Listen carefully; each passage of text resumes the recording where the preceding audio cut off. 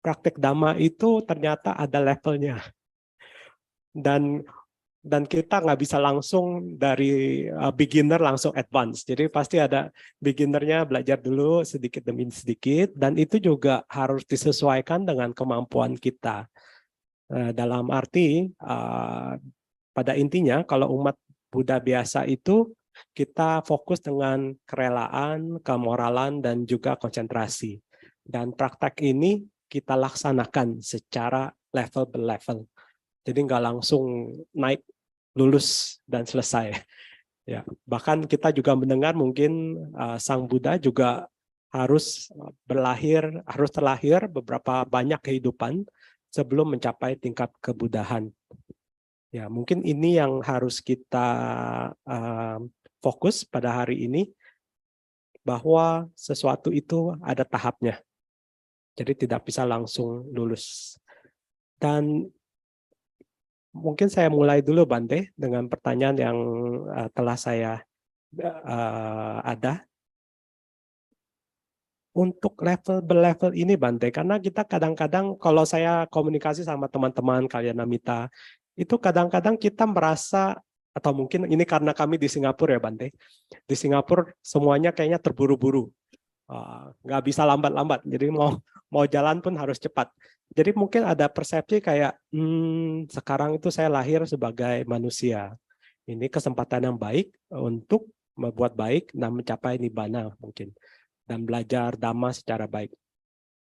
Jadi kadang-kadang itu kita terburu-buru, pengen hasilnya, kalau sudah beginner, mungkin besok tahun depan maunya langsung advance, nggak mau intermediate dulu. Nah, pertanyaan saya itu bagaimana kita tahu di level manakah kami berada. Jadi kalau kita tahu kan, oh saya itu masih beginner, ya santai dulu lah. Tapi kalau saya sudah masuk yang intermediate, oh berarti kita nggak boleh lengah. Kalau intermediate levelnya segini, jangan malah turun levelnya. Ya mungkin pertanyaan saya seperti itu, Bante. Bagaimana kita tahu di level manakah kita berada? Hal yang penting adalah yang tadi disampaikan, bahwa saya ini umurnya kan tidak panjang. Dalam kehidupan sebagai manusia, saya kira 100 tahun ini jarang sudah kita jumpai ya, orang yang berusia 100 tahun. Jadi tadi kan sudah disampaikan, waduh umurnya, mumpung saya sebagai manusia harus berjuang. Betul, mumpung sebagai manusia kita harus berjuang. Berjuang itu yang penting adalah usaha yang keras, bukan ngurusi level. Jadi saya sekarang kemampuannya di mana saya berusaha keras. Ada satu ketika saya pernah melihat satu contoh, kenapa kijang itu sulit ditangkap oleh harimau. Karena dia itu pokoknya taunya lari sekenceng-kencengnya ke depan. Dia tidak noleh ke belakang, tidak noleh ke belakang. Karena kalau nanti noleh ke belakang, itu pasti ketangkep. Kenapa? Ketika dia noleh ke belakang, dia mau tahu jaraknya saya masih seberapa ya sama si harimau. Lah ini mengukur seperti itu sudah membuang waktu. Makanya dia pokoknya saya ke depan lari. Nah, jadi pertanyaannya tadi, karena saya sudah lahir sebagai manusia, yang dikatakan di dalam Dhamma itu lahir sebagai manusia itu aja sulit sekali. Kesempatan satu makhluk terlahir sebagai manusia dari rentetan kelahiran kembalinya itu sulit sekali, butuh karma baik yang banyak. Sudah lahir sebagai manusia, bisa mendengar Dharma, ini ya sulit sekali. Nah, kalau sekarang kita sudah lahir sebagai manusia dan mendengarkan Dhamma, ya sudah kita berjuang semaksimal mungkin. Masalah nanti level kita nggak usah ngurus, karena kalau sekarang saya misalnya levelnya itu sudah intermediate misalnya, kemudian kita mau santai-santai, tunggu dulu temenku kan masih di awal ini, jadi biar aja lah, saya kan sudah di tengah, nggak ada kegiatan itu.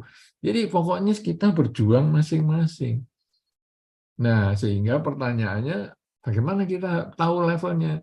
kita tidak perlu tahu level kita di mana. Yang penting karena umur ini demikian pendek, hidup itu tidak pasti, kematian itu bisa pasti, dan bisa terjadi setiap saat. Saat ini saya hidup, tapi sore nanti belum tentu saya masih hidup. Maka sekarang saya harus berjuang. Saya tidak punya kesempatan menoleh ke belakang, tapi saya harus seperti kijang yang lari dikejar harimau, yang saya akan habiskan waktu saya habiskan seluruh tenaga saya untuk berjuang, melarikan diri dari kelahiran kembali. Nah, bagaimana melarikan diri dari kelahiran kembali? Yang mengembangkan kerelaan, kemoralan, dan konsentrasi semaksimal mungkin yang mampu kita kerjakan saat ini. Jadi, ukurannya juga justru dimensi waktu, bukan kualitas. Kualitas konsentrasi atau levelnya saya ini sampai di mana, bukan. Tapi hidup saya itu sangat mepet, dimensi waktu saya itu sangat sempit. Jadi saya sudah tidak mikir lagi saya di level mana. Karena saya sekarang hidup, kalau nanti sore mati, saya baru noleh ke belakang, saya sudah kegigit, kena harimaunya itu. Jadi sekarang saya bisa lari, berjuang dengan kerelaan, kemurahan, dan konsentrasi semaksimal mungkin. Nah itu, jadi sudut pandangnya agak berubah, sudut pandangnya agak berbeda. Yang Anda tanyakan adalah level, berbicara tentang kualitas batin, tetapi saya berbicara tentang dimensi waktunya. Kita nggak sempat mikir kualitas karena waktunya terlalu pendek. Hidup ini hanya sekejap mata. Kalau Anda renungkan, misalnya Anda sudah berapa lama di Singapura, mungkin ada yang 3 tahun, 5 tahun, 10 tahun, atau bahkan lebih, Anda selalu renungkan waktu yang sedemikian banyak itu, atau yang sudah sedemikian panjang itu. Apa yang sudah saya lakukan? Kenapa begitu cepat sekali waktu ini berlalu?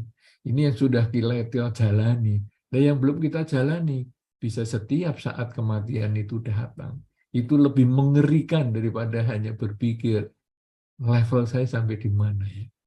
Nah, ini jadi kalau boleh saya menjawabnya agak sedikit berbeda dengan yang Anda tanyakan. Mudah-mudahan itu bisa memperluas wawasan kita bersama. Selamat siang Bante, Namo Buddhaya. Nama saya Leo di Singapura. Saya mau tanya, kalau misalnya tadi kan Bante bilang kita sebagai umat awam kan harus jalanin dana sila samadhi kan. Misalnya kita udah jalanin dhamma sila samadhi sesuai dengan kemampuan kita sekarang saat ini.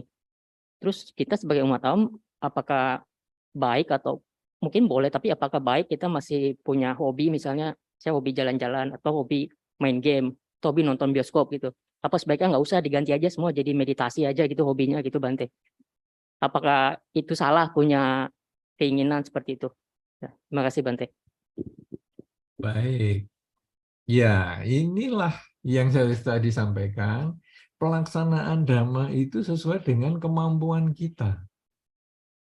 Artinya, ketika Anda masih punya hobi main game, Anda masih punya hobi olahraga, Anda masih punya hobi koleksi, misalnya barang elektronik, Anda masih suka koleksi mungkin apa hal-hal tertentu yang lain, silahkan saja. Ini kan kalau mungkin tadi kembali ke pertanyaan pertama tadi adalah, kan sekarang levelnya orang ini kan beda-beda. Nah, kemudian kita tidak bisa langsung level yang tertinggi. Lalu saya potongi semua, saya hobinya game, saya nggak mau lah. Sekarang saya tidak mau pakai, malah pikiran tentang gamenya banyak sekali. Nah, sekarang level kita itu bermacam-macam, kemudian kita menempuhnya itu juga waktunya tidak sama. Kalau Anda mau berjuang dengan keras sekali supaya waktunya ini sependek mungkin bisa selesai, maka Anda harus potongi semua itu. Ya, nah jadi nanti Anda hobinya Anda harus potong, ya, Anda buang kesenangannya semua, Anda buang semua, Anda hanya fokus pada kerelaan, kemoralan, dan konsentrasi secara maksimal.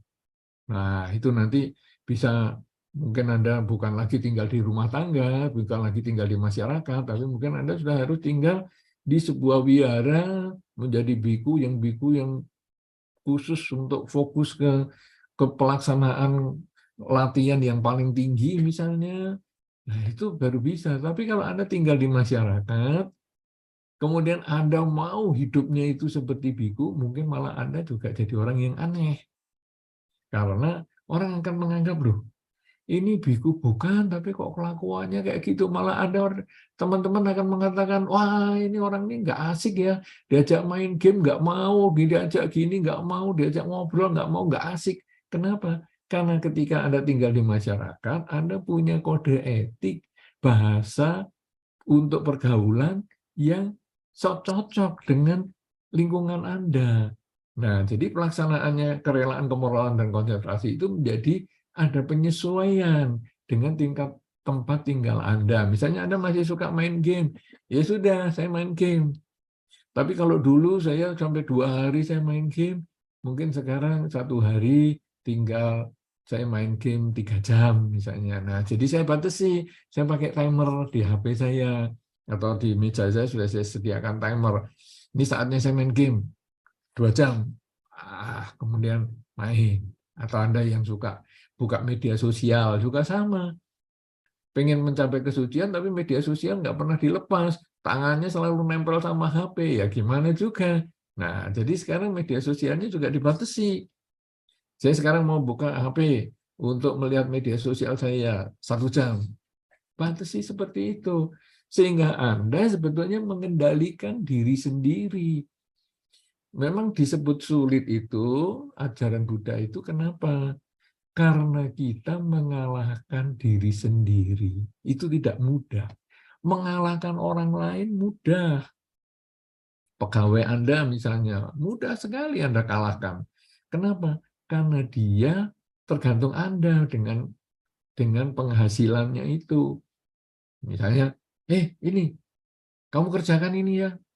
Wah, kemudian bawahan Anda mengerjakan. Begitu selesai, salah nih, perbaiki. Ya, perbaiki. Anda bisa membuat orang lain menurut. Kenapa? Karena ada ikatan pekerjaan yang mungkin harus dibayar dan lain sebagainya, ada profesionalitasnya. Nah, tetapi ketika Anda mengatasi diri sendiri, tidak gampang. Suruh misalnya, ayo bekerja, aduh nanti aja ya masih ngantuk. Nah, ayo ini dipelajari, aduh nanti sajalah kapan-kapan aja. Nah, nanti kerelaan, kemoralan, dan konsentrasi juga sama. Ayo meditasi tiap hari.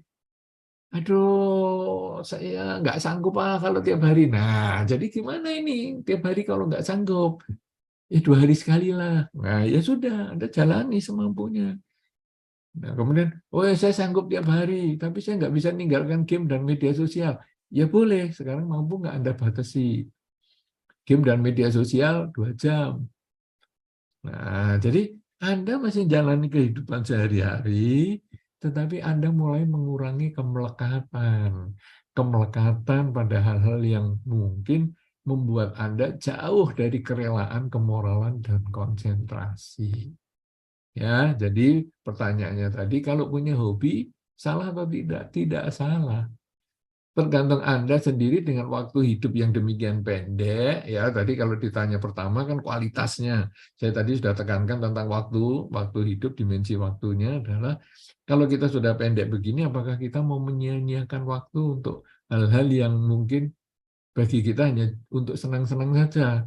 Ataukah senang-senangnya ini masih bisa, tetapi kita batasi waktunya, sehingga kita bisa melakukan yang lebih bermanfaat yang lain. Nah, dengan cara seperti itu, maka kita bisa mengendalikan diri, dan itulah kesulitan mulai kita bisa atasi satu demi satu. Karena kita sudah mulai bisa mengatasi kesulitan-kesulitan kita sendiri. Saya kira demikian, punya hobi boleh, tapi dibatasi. Ya, silakan kalau ada pertanyaan yang lain. Ini ada pertanyaan dari Regina Cahyadi di Sydney. Ini jauh-jauh ikut YouTube juga. Pertanyaannya, selamat siang Bante. Saya sudah memaafkan seseorang, tetapi saya masih tidak bisa berbicara atau berteman kembali dengan orang tersebut. Apakah masih belum menjalankan kerelaan? Ya, ini pertanyaan yang bagus sekali, dan apalagi dari tempat yang cukup jauh juga. Ini satu hal yang menyenangkan kalau kita bertemu secara online begini, yang menjadi tren kita nanti di masa sekarang maupun yang akan datang, bahwa kita membuka selalu kegiatan-kegiatan yang bersifat online, supaya bisa diikuti lebih banyak orang dari berbagai tempat. Nah, sekarang Anda itu tidak cocok dengan seseorang, dan Anda sudah bisa memaafkan. Oh, bagus banget itu. Nah, tetapi ketika bisa memaafkan, kok belum bisa ngajak ngomong? Enggak apa-apa. Setiap orang itu kan berbeda-beda, kemampuannya enggak sama. Daripada Anda berpura-pura baik, padahal dalam hati jengkel, malah tadi yang sudah bisa memaafkan itu ketika orang tadi melakukan sesuatu yang tidak menyenangkan Anda, malah emosi Anda 2 kali lipat, 3 kali lipat dari sebelum Anda bisa memaafkan dia. Ini sama dengan tadi kerelaan. Kalau Anda tidak punya materi yang bisa Anda relakan, ya relakanlah dalam pikiran. Ya, dengan berpikir yang baik, bicara yang baik, dan berperilaku yang baik. Kalau sekarang meditasi Anda belum bisa, ya sekarang Anda hanya mengulang aja kalimat semoga semua makhluk bahagia, misalnya dalam batin sesering mungkin. Tapi tidak bisa karena fisik, ya dikasih bantal supaya setengah bersandar misalnya. Jadi semua itu ada level atau ada tahap-tahap untuk pencapaiannya. Nah, sekarang Anda belum bisa ngejak bicara dia, Anda belum bisa tersenyum sama dia. Minimal Anda tidak memikirkan dia secara negatif. Jadi, begitu mulai terpikir, aduh orang ini menjengkelkan ya, sudahlah, terserah dialah. Pokoknya aku nggak mau komunikasi lagi sama dia. Itu sudah lebih bagus daripada Anda berpikir, orang itu menjengkelkan gini. Kita ini jadi tambah emosi. Sudah tidak ketemu dia berhari-hari, tidak ketemu dia berminggu-minggu, tetapi pikiran kita tetap mikiri dia dengan emosi, dan batin kita tetap bergolak dan benci sekali kalau mikirkan dia. Nah, ini parah yang seperti itu. Tetapi Anda sudah bisa memaafkan, jadi sudah tidak ada kebencian sama dia. Wah, sudah bagus itu. Tapi belum bisa ngomong, nggak apa-apa. Belum bisa saya jumpai langsung, senyum sama dia juga nggak bisa, nggak apa-apa. Jadi Anda tinggal, sudahlah, orangnya duduk di sana, aku lewat yang lain aja lah. Tapi aku sudah nggak benci sama dia. Nah, nanti tahapnya ini ketika Anda makin sudah bisa nerima dia sebagaimana adanya, mungkin nanti Anda hanya bertemu, kemudian senyum mungkin, kalau tahap itu sudah nyampe ya, belum hari ini, sudah bisa senyum, kemudian orang itu mau ngajak ngomong, kita, maaf ya, saya masih ada kesibukan yang lain. Nah, kemudian kita pergi ke tempat lain, jadi tadi tidak bisa berbicara dengan dia, itu benda apa-apa. Sampai satu ketika nanti kita lebih meningkat lagi, penerimaan kita, batin kita menjadi lebih tenang, dan mungkin nanti kita bisa ngomong-ngomong sebentar, kemudian kita pergi. Nanti lama-lama kita bisa ngomong-ngomong dengan lebih banyak, seperti semula, tapi kita sudah menjaga. Jangan sampai saya terkena lagi masalah seperti dulu lagi. Itu biar aja kita jalani secara alamiah. Yang penting pikiran kita jangan negatif sama dia lagi. Sudah bisa memberikan maaf itu sudah bagus. Karena kalau kebencian ini kita simpan sampai kematian datang, maka yang menderita diri kita. Karena nanti di hidup ini aja kita sudah nggak suka ketemu sama dia. Kebenciannya ini, ketidaksukaannya ini kita simpan sampai kematian datang. Mati, hidup lagi, lahir lagi, ketemu dia lagi. Karena cinta dan benci itu selalu mempertemukan. Dewadatta dan Pangeran Siddhartha selalu ketemu di banyak kehidupan dan sering bermusuhan mereka, atau bahkan selalu bermusuhan. Sebaliknya cinta juga selalu mempertemukan. Ya saudara dengan Pangeran Siddhartha juga ketemu di banyak kehidupan dan selalu menjadi suami istri. Nah, cinta dan benci ini ngumpulkan.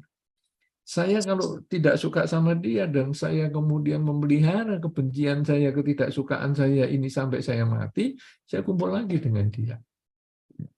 Tapi kalau saya suka sama seseorang dan saya pelihara kesukaan saya itu, saya maintain, saya rawat kesukaan saya itu dengan baik, maka di kelahiran kembali saya juga akan ketemu dengan orang-orang yang saling menyayangi. Nah, dengan memahami seperti itu, rasa bahagia, rasa suka saya bisa tumbuhkan, saya kembangkan, saya rawat, saya jaga. Rasa kebencian, saya mulai hindari, saya mulai lenyapkan, saya mulai tidak pikirkan, saya netralkan, sehingga saya lahir kembali. Saya tidak mau ketemu dengan orang-orang yang tidak saya sukai itu. Saya hanya ketemu dengan orang-orang yang saya sukai, yaitu dengan mengurangi kebencian dan menambah kebajikan. Ya, jadi tidak masalah kalau Anda masih belum bisa memaafkan. Waktu untuk ngajak ngomong, misalnya Anda bisa maaf di dalam batin, tidak masalah. Biarkan dulu begitu, secara alamiah nanti akan tumbuh sendiri di dalam batin Anda masing-masing. Saya kira demikian, pertanyaan yang bagus sekali dari Australia. Namo Buddhaya Bante, apa yang bisa kita lakukan untuk membantu orang tua yang memiliki penyakit demensia atau penyakit Alzheimer, yang dimana mereka sering lupa dan bisa aja sering marah-marah? Apakah pasien yang memiliki demensia atau Alzheimer disease ini, di manakah mereka sering lupa atau sering marah, setiap kali mereka marah, apakah itu menambah karma buruk buat mereka, Bante?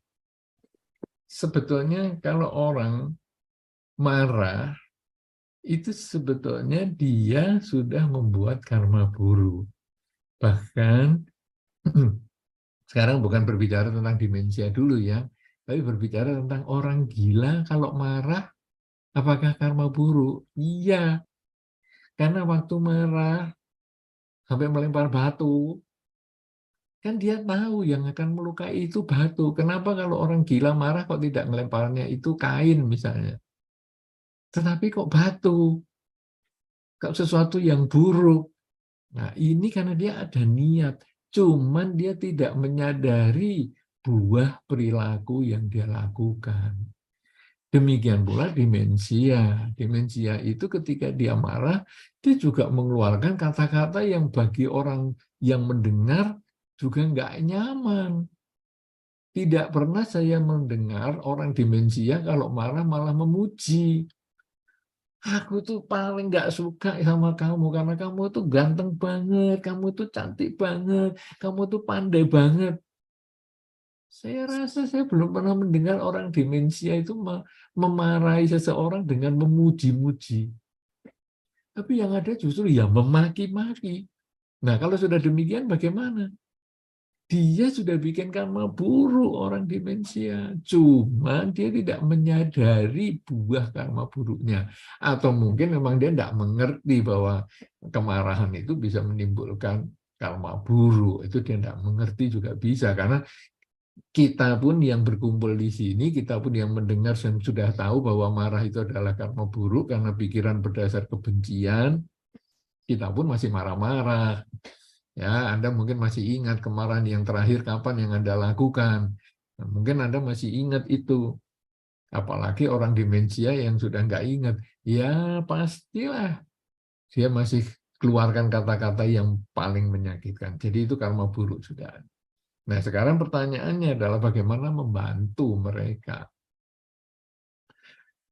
Sebetulnya membantu ini agak sulit ya, karena kalau sudah terlanjur demensia, sudah terlanjur tidak bisa berpikir dengan mudah, ingat dan lain sebagainya, ini agak sulit. Cuman kita kalau mau menjaga supaya diri kita itu tidak gampang demensia, kita ini harus melatih konsentrasi mulai sekarang.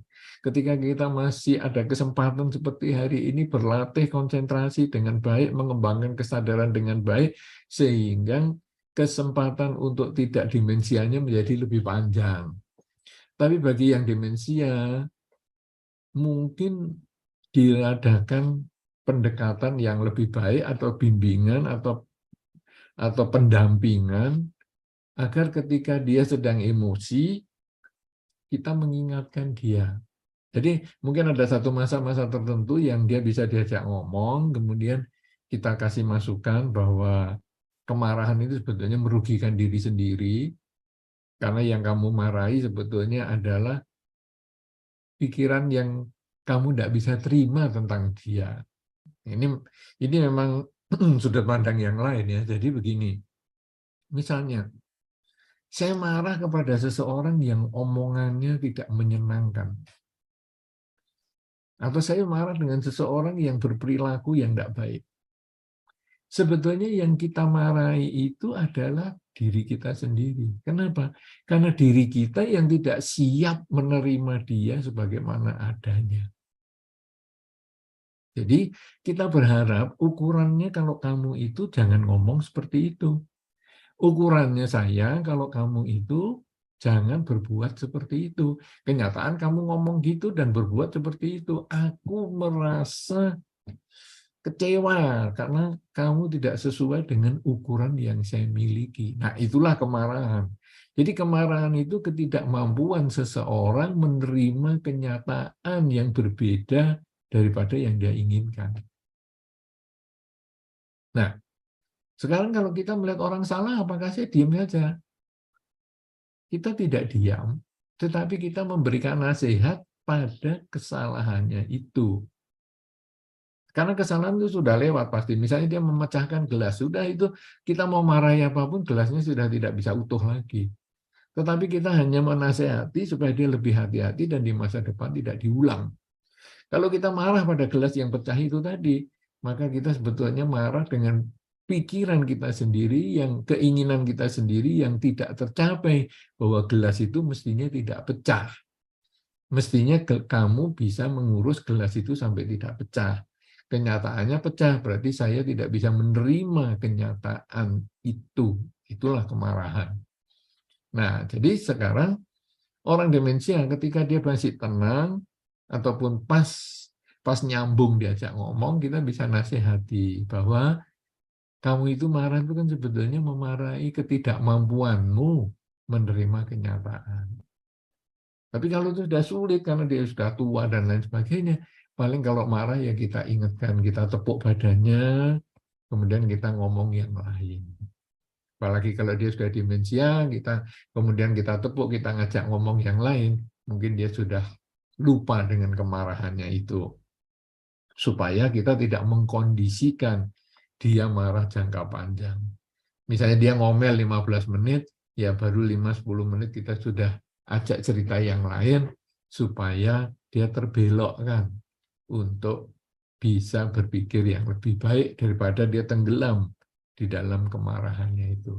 Tetapi memang ini sulit, ya, karena sudah terlanjur mengalami demensia. Tetapi yang bisa kita lakukan sebetulnya adalah menjaga diri kita masing-masing, jangan sampai mudah demensia, dengan menjaga kesadaran lebih awal, yaitu mulai sekarang sampai selama-lamanya selalu sadar saat ini saya sedang apa, sedang berpikir, sedang berbicara, sedang duduk, sedang melakukan apa. Nah, kemudian selain itu juga kita lebih fokus berlatih meditasi pagi bangun tidur, malam mau tidur minimal 15 menit pagi, 15 menit malam, atau setengah jam pagi, setengah jam malam, sehingga waktu kita untuk demensia itu menjadi tertunda untuk waktu yang lama. Ya, saya kira demikian. Dua hal, bagi yang demensia agak sulit, tapi dia sebetulnya tetap bikin karma buruk. Kemudian kita berusaha mencegah semampu kita ketika dia sedang tidak dalam dimensianya, pengaruhnya itu karena dia timbul tenggelam. Yang kedua, menjaga diri kita supaya tidak mudah demensia dengan mengembangkan kesadaran seawal mungkin. Demikian, saya kira yang bisa saya jawab. Berarti mungkin saya mau nambah untuk kait ke ini. Kalau misalnya hal yang sama diarahkan ke anak kecil, Bante. Anak kecil itu kadang kan belum mengerti apa-apa dan kadang pun mereka juga belum bisa mengekspresikan diri mereka dengan baik, tapi kan mereka juga bisa marah-marah dan kadang marah-marahnya mungkin antara melihat lingkungan atau apa, tapi juga bisa melakukan hal yang melukai atau apa gitu. Nah, untuk anak-anak itu apakah hal yang mereka lakukan itu termasuk dalam pemupukan karma buruk Atau misalnya ke depannya bagaimana caranya agar kita bisa mengajarkan mereka dari kecil untuk bisa berlatih moralitas, konsentrasi, dan bisa memiliki kebijaksanaan gitu Bante. Kalau anak kecil, walaupun dia belum bisa berpikir, tapi kemarahan itu tetap bikin karma buruk.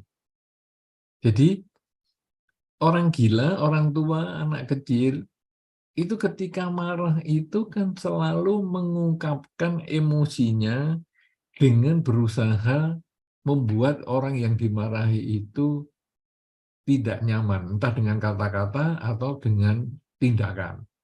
Misalnya anak kecil, dia marah, itu bisa mukul. Marah dengan orang tuanya, marah dengan kakaknya, marah dengan adiknya, dia bisa mukul. Walaupun pukulannya bagi kita relatif ringan sekali. Tetapi sebetulnya itu dia sudah karma buruk. Nah, bagaimana kita mengajarkan kepada dia? Kalau sebagai orang tua adalah memberikan contoh. Mereka itu kadang-kadang belajarnya bisa dari karma lampaunya, memang anak yang kasar, anak yang pemarah, bisa dari karma lampau, jadi itu bawaan kelahiran. Bisa juga dari lingkungan.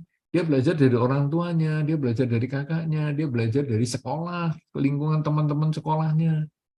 Nah, jadi ini tugas orang tua untuk mengajar. Mengajar yang pertama adalah memberi contoh bahwa orang tua tidak melakukan tindakan itu. Supaya orang tua punya pembenaran bahwa, nak, kamu jangan melakukan itu ya. Papa dan mama saja tidak melakukan itu. Nah, ini supaya mereka menjadi ada contohnya. Iya ya, papa mama ini selama ini tidak pernah melakukan kemarahan sampai seperti itu. Nah, itu yang dilakukan. Kemudian yang kedua adalah memberikan pengertian, nak, kamu kalau dipukul sama papa sama mama mau nggak? Nggak mau, mah. Nggak mau. Nah, temenmu itu juga sama. Temenmu atau kakak atau adikmu itu juga sama. Dia juga tidak mau dipukul. Kamu kalau tidak suka dipukul, jangan memukul. Tapi kalau kamu suka diperhatikan, disayangi, kamu juga perlu menyayangi yang lain, menyayangi kakakmu, menyayangi adik-adikmu, menyayangi teman-temanmu.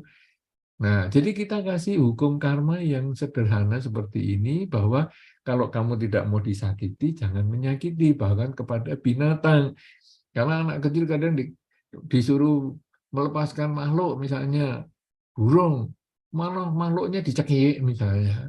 Nah, ini kita kemudian kasih tahu, nah, kamu mau nggak dicekik begitu? Iya, nggak mau. Nah, jangan melakukan itu kepada makhluk lain. Nah, justru kalau anak kecil ini jauh lebih mudah memberikan pengarahan daripada orang tua yang demensia tadi. Karena orang tua yang demensia ini sekarang dikasih tahu, besok sudah lupa. Besok dikasih tahu, lusanya juga lupa. Tapi anak kecil, karena dia masa pertumbuhan, dia perlu diberi masukan. Memang tugas orang tua adalah menunjukkan hal yang benar kepada anak-anak, mencegah anak melakukan kejahatan. Itu sudah tugas orang tua. Sehingga anak jangan dilepas, ya sudahlah, kamu sudah dilahirkan, ya sudah beruntung sebagai manusia. Nah, sekarang kamu mau ngapain aja tergantung alammu lah, terserah. Kamu mau jadi jahat, mau jadi baik, bukan aku yang tanggung jawab, aku hanya cukup melahirkan. Enggak seperti itu juga. Justru karena itu dilahirkan, dia harus dididik dengan baik. Karena itu menjadi tanggung jawab orang tua. Karena nanti kalau anak itu bisa berbuat baik, maka dia akan membangun masa depan dia di kelahiran ini maupun kelahiran yang selanjutnya. Sekarang kita bisa menjadi orang yang menjadi manusia saja, terlahir sebagai manusia. Dalam kisah Dhamma itu, satu makhluk bisa terlahir sebagai manusia, itu membutuhkan karma baik yang luar biasa. Nah, di kehidupan ini kok saya bisa jadi manusia? Kenapa? Karena di kehidupan-kehidupan sebelumnya saya sudah banyak melakukan karma baik. Siapa yang mengajarkan saya berbuat baik? Itu orang tua kita di kehidupan-kehidupan sebelumnya. Jadi mereka itu menanam jasa kepada kita sampai kita terlahir sebagai manusia. Nah, sekarang kita juga harus berbuat jasa kepada anak-anak itu supaya dia di kehidupan ini banyak berbuat baik agar di kehidupan mendatang dia terkondisi terlahir kembali sebagai manusia dan mengenal dharma. Jadi itu tugas kita sebagai orang tua. Beri contoh yang baik, ucapan, baik berperilaku, baik cara berpikir kepada anak-anak. Karena dengan satu contoh, itu akan melebihi ribuan nasihat. Kemudian yang kedua, beri masukan kepada anak-anak secara langsung, agar dia jangan suka marah, jangan suka membenci, jangan suka dikendalikan emosi dengan hukum karma yang sederhana, bahwa kalau kamu tidak mau disakiti, jangan menyakiti makhluk lain, orang lain. Kalau kamu ingin disayangi, mulailah dengan menyayangi orang lain, menyayangi makhluk lain. Itu yang menjadi hal yang penting untuk menghadapi anak-anak yang masih kecil, yang marah, dan bagaimana cara mengajarnya.